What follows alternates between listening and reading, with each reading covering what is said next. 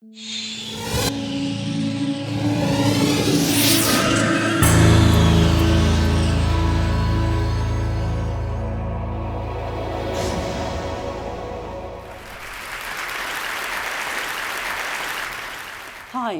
my name is Roz Savage and I row across oceans. 4 years ago, I rowed solo across the Atlantic, and since then I've done 2 out of 3 stages across the Pacific, from San Francisco to Hawaii and from Hawaii to Kiribati. And tomorrow I'll be leaving this boat to fly back to Kiribati to continue with the 3rd and final stage of my row across the Pacific. Cumulatively, I will have rowed over 8,000 miles, taken over 3 million oar strokes, and spent more than 312 days alone on the ocean on a 23-foot rowboat. This has given me a very special relationship with the ocean. We have a bit of a love-hate thing going on. I feel a bit about it like I did about a very strict maths teacher that I once had at school. I didn't always like her, but I did respect her, and she taught me a heck of a lot. So today I'd like to share with you some of my ocean adventures and tell you a little bit about what they've taught me and how I think we can maybe take some of those lessons and apply them to this environmental challenge that we face right now. Now, some of you might be thinking, hold on a minute, she doesn't look very much like an ocean rower. Isn't she meant to be about this tall and about this wide and maybe look a bit more like these guys?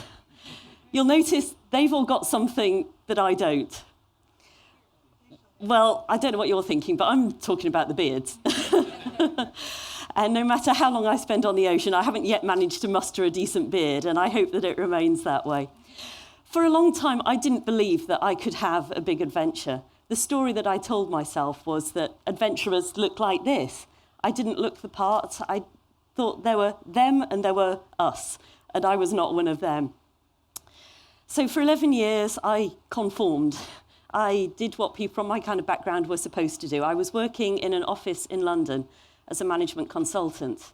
And I think I knew from day one that it wasn't the right job for me. But that kind of conditioning just kept me there for so many years, until I reached my mid-30s and I thought, you know, I'm not getting any younger. I feel like I've got a purpose in this life, and I don't know what it is, but I'm pretty certain that management consultancy is not it. So fast forward a few years. I'd gone through some changes. To try and answer that question of what am I supposed to be doing with my life, I sat down one day and wrote 2 versions of my own obituary. The one that I wanted, a life of adventure, and the one that I was actually heading for, which was a nice, normal, pleasant life, but it wasn't where I wanted to be by the end of my life. I wanted to live a life that I could be proud of. And I remember looking at these 2 versions of my obituary and thinking, oh boy, I'm on totally the wrong track here. If I carry on living as I am now, I'm just not going to end up where I want to be in 5 years or 10 years or at the end of my life. I made a few changes, let go of some of those trappings of my old life, and through a bit of a leap of logic, decided to row across the Atlantic Ocean. The Atlantic rowing race runs from the Canaries to Antigua. It's about 3,000 miles. And it turned out to be the hardest thing I had ever done. Sure, I'd wanted to get outside of my comfort zone, but what I'd sort of failed to notice was that getting out of your comfort zone is, by definition, extremely uncomfortable. And my timing was not great either. 2005, when I did the Atlantic, was the year of Hurricane Katrina. There were more tropical storms in the North Atlantic than ever before since records began. And pretty early on, those storms started making their presence known. All 4 of my oars broke before I reached halfway across. Oars are not supposed to look like this. But what can you do? You're in the middle of the ocean. Oars are your only means of propulsion. So I just had to look around the boat and figure out what I was going to use to fix up these oars so that I could carry on. So I found a boat hook and my trusty duct tape and splintered the boat hook to the oars to reinforce it. Then when that gave out, I sawed the wheel axles off my spare rowing seat and used those. And then when those gave out, I cannibalised one of the broken oars. I'd never been very good at fixing stuff when I was living my old life, but it's amazing how resourceful you can become when you're in the middle of the ocean and there's only one way to get to the other side. And the oars kind of became a symbol of just in how many ways I went beyond what I thought were my limits. I suffered from tendinitis on my shoulders and saltwater sores on my bottom. I really struggled psychologically, totally overwhelmed by the scale of the challenge, realizing that if I carried on moving at 2 miles an hour, 3,000 miles was going to take me a very, very long time. There were so many times when I thought I'd hit that limit, but had no choice but to just carry on and try and figure out how I was going to get to the other side without driving myself crazy. And eventually, after 103 days at sea, I arrived in Antigua. I don't think I have ever felt so happy in my entire life. It was a bit like finishing a marathon and getting out of solitary confinement and winning an Oscar all rolled into one. I was euphoric. And to see all the people coming out to greet me and standing along the cliff tops and clapping and cheering, I just felt like a movie star. It was absolutely wonderful. And I really learned then that the bigger the challenge, the bigger the sense of achievement when you get to the end of it. So this might be a good moment to take quick time out to answer a few FAQs about ocean rowing that might be going through your mind. Number one that I get asked, what do you eat? A few freeze-dried meals, but mostly I try and eat much more unprocessed foods. So I grow my own bean sprouts, I eat fruit and nut bars, a lot of nuts, and generally arrive about 30 pounds lighter at the other end. Question number two, how do you sleep? With my eyes shut, haha. I suppose what you mean is what happens to the boat while I'm sleeping. Well, I plan my route so that I'm drifting with the winds and the currents while I'm sleeping. On a good night, I think my best ever was 11 miles in the right direction. Worst ever, 13 miles in the wrong direction. That's a bad day at the office. What do I wear? Mostly a baseball cap, rowing gloves, and a smile, or a frown, depending on whether I went backwards overnight, and lots of sun lotion. Do I have a chase boat? No, I don't. I'm totally self-supporting out there. I don't see anybody for the whole time that I'm at sea, generally. And finally, am I crazy? Well, I'll leave that one up to you to judge. So how do you top rowing across the Atlantic? Well, naturally, you decide to row across the Pacific. Well, I thought the Atlantic was big, but the Pacific is really, really big. I think we tend to do it a little bit of a disservice in our usual maps. I don't know for sure that the Brits invented this particular view of the world, but I suspect we might have done, because there we are, right in the middle. And we've cut the Pacific in half and flung it to the far corners of the world. Whereas if you look in Google Earth, this is how the Pacific looks. It pretty much covers half the planet. You can just see a little bit of North America up here and a sliver of Australia down there. It is really big, 65 million square miles. And to row in a straight line across it would be about 8,000 miles. Unfortunately, ocean rowboats very rarely go in a straight line. By the time I get to Australia, if I get to Australia, I will have rowed probably 9,000 or 10,000 miles in all. So because nobody in their right minds would row straight past Hawaii without dropping in, I decided to cut this very big undertaking into 3 segments. The first attempt didn't go so well. In 2007, I did a rather involuntary capsize drill 3 times in 24 hours, a bit like being in a washing machine. Boat got a bit dinged up, so did I. I blogged about it. Unfortunately, somebody with a bit of a hero complex decided that this damsel was in distress and needed saving.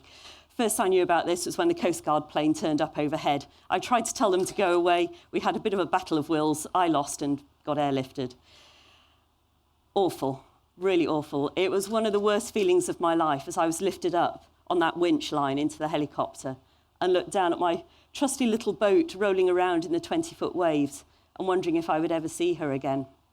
So I had to launch a very expensive salvage operation and then wait another 9 months before I could get back out onto the ocean again.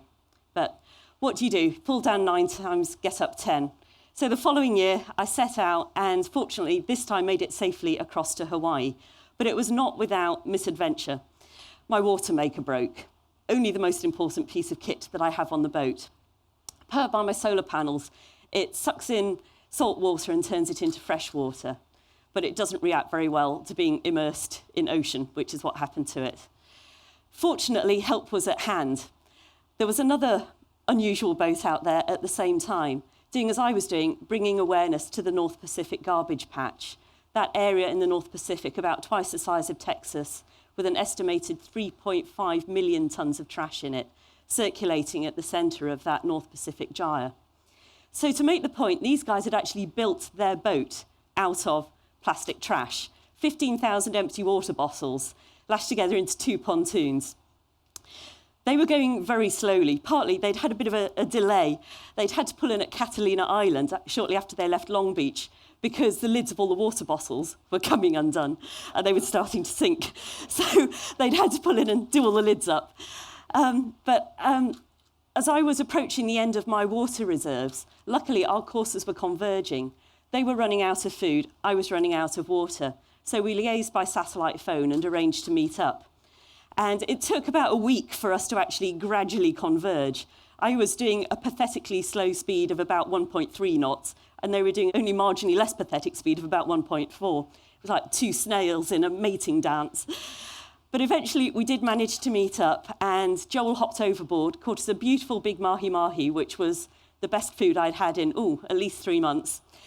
Fortunately, the one that he caught that day was better than this one they'd caught a few weeks earlier. When they opened this one up, they found its stomach was full of plastic. And this is really bad news because plastic is not an inert substance. It leaches out chemicals into the flesh of the poor critter that ate it. And then we come along and eat that poor critter. And we get some of the toxins accumulating in our bodies as well. So there are very real implications for human health. Eventually made it to Hawaii, still alive, and the following year set out on the second stage of the Pacific, from Hawaii down to Tarawa. And you'll notice something about Tarawa. It is very low-lying. It's that little green sliver on the horizon, which makes them very nervous about rising oceans. This is big trouble for these guys. They've got no point of land more than about 6 feet above sea level. And also, as there's an increase in extreme weather events due to climate change, they're expecting more waves to come in over the fringing reef, which will contaminate their freshwater supply. I had a meeting with the president there who told me about his exit strategy for his country. He expects that within the next 50 years, the 100,000 people that live there will have to relocate to New Zealand or Australia. And that made me think about how would I feel if Britain was going to disappear under the waves, if the places where I'd been born and gone to school and got married, if all those places were just going to disappear forever, how literally ungrounded that would make me feel. Very shortly, I'll be setting out to try and get to Australia. And if I'm successful, I'll be the first woman ever to row solo all the way across the Pacific. And I try to use this to bring awareness to these environmental issues, to bring a human face to the ocean. If the Atlantic was about my inner journey, discovering my own capabilities, maybe the Pacific has been about my outer journey, figuring out how I can use my interesting career choice to be of service to the world. And to take some of those things that I've learned out there and apply them to the situation that humankind now finds itself in. I think there are probably 3 key points here. The first one is about the stories that we tell ourselves. For so long, I told myself that I couldn't have an adventure because I wasn't 6 foot tall and athletic and bearded. And then that story changed. I found out that people had rowed across oceans. I even met one of them and she was just about my size. So even though I didn't grow any taller, I didn't sprout a beard, something had changed. My interior dialogue had changed. At the moment, the story that we collectively tell ourselves is that we need all this stuff, that we need oil. But what about if we just change that story? We do have alternatives, and we have the power of free will to choose those alternatives, those sustainable ones, to create a greener future. The second point is about the accumulation of tiny actions. We might think that anything that we do as an individual is just a drop in the ocean, that it can't really make a difference, but it does.